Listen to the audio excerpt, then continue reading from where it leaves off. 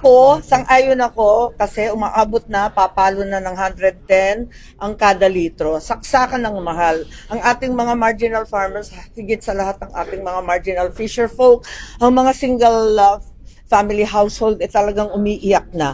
Ang problema kaluang sa excise tax, unang-una, napakalaki ng mawawala. Ang bilang ng ating DOC ay nasa 260 billion. Kung hihintuin ngayon, halimbawa, may 137 billion na mawala.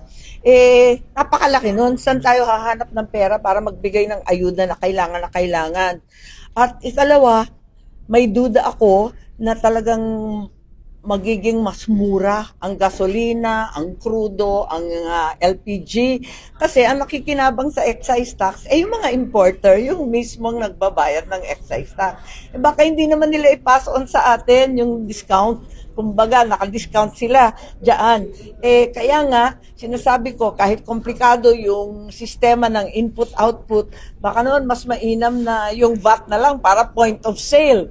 Doon mismo, habang bumibili ka ng gasolina, ramdam mo sa istasyon.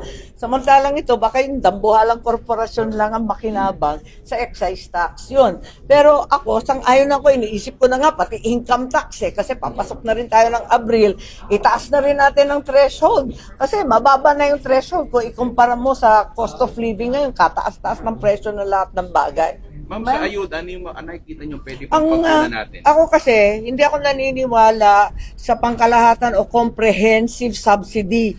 Di rin ako naniniwala at nakita natin paulit-ulit ng mga price control na pangkalahatan. Hindi talaga umuubra yan. Ang nakikinabang yung mas mayaman, yung may kaya bumili ng mas marami. Doon sila nakikinabang. Yung walang pambili, talagang walang pakinabang. Kaya para sa akin, yung targeted focus sa mga critical groups katulad nga ng marginal farmers, fisher folk, etc. Yun ang dapat i-target ng social assistance.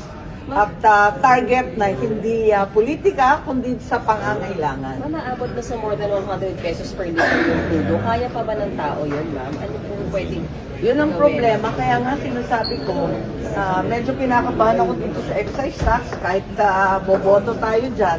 Ang problema talaga, kinakailangan na very calibrated yung response, siguraduhin natin na ipapasa yung discount sa taong bayan. Baka naman manatili pa rin sa 100 halos, 110 pa, papalo this week. So, yun ang kinatatakutan natin. Wala lang ang pera, ang kababayan para ibigay yung ayuda, pagkatapos hindi pa babagsak ang presyo ng petrol products. Ma'am, sorry, last na. Dapat po bang i-push na talaga yung work from home tsaka hybrid na? Well, of course, lahat ng pwedeng gawin, dapat gawin na. Yung work from home, kailangan palawakin. Maliwanag na yung digital, napaka-importante. Yung carpooling, importante. Yung daylight saving time, ibalik na natin yan. Lahat yan nagawa na natin. Kung tutuusin, naalala ko bigla si Chiquito sa Asyong Aksaya.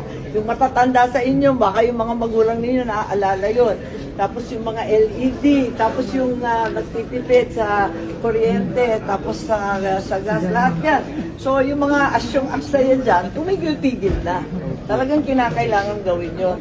Pero yun nga, dapat pantay-pantay ang pagsisikip ng sinturon. Kasi yung ibang opisyal naman, kung saan-saan pa naglalakbay, kung saan-saan pa pumupunta, panay pa yung pa-party, palagay ko, hindi naman magandang halimbawa yun.